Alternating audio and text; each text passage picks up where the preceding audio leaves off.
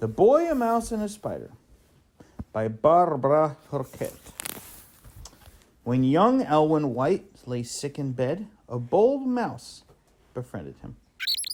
Elwyn made a home for his companion. If mother knew, she would not. Elwyn tucked his fearless comrade in the pocket of his sailor suit. The pair conducted dusty expeditions in the attic and musky inspections of the horse barn.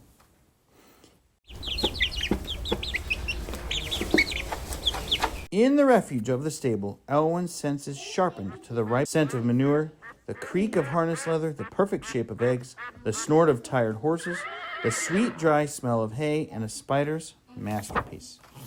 When the time came for kindergarten, shy Elwyn fought with all his might. "No, I won't go," his parents persisted. Elwyn now sat in a spotless linen suit, fretting over his fears. What if Miss Green called on him? What if he had to use the dreaded basement bathroom? Where was his mouse friend? Every day after school, Elwyn's collie, Mac, escorted him home. Elwyn tossed his books and bound for the barn, where pigeons, snakes, pollywogs, caterpillars, chameleons, rabbits, turtles, and canaries he collected lived in cages, coops, and jars. As Elwyn grew, he surveyed the summer stars. His ears captured an owl's query, the breezes beckoning, the scuffing of horses' hoofs. He jotted his reflections in a journal. Writing what he saw, heard, and felt made him feel free. I wonder what I might be. Each day, Elwyn recorded his praise of the world. His poem, To a Mouse, won a prize. The blank page called to Elwyn. Writing filled him with joy. This is where I belong. In college, Elwyn wrote clear headlines and dashing truths for the Cornell Daily Sun. Friends nicknamed him Andy.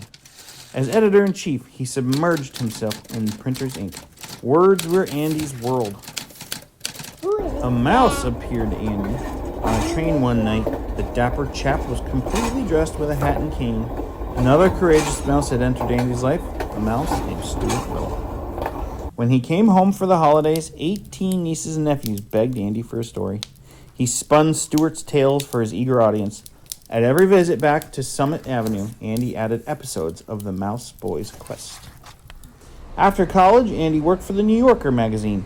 He married Catherine, an editor he had met there. They soon became a family, Nancy, Roger, and baby Joel.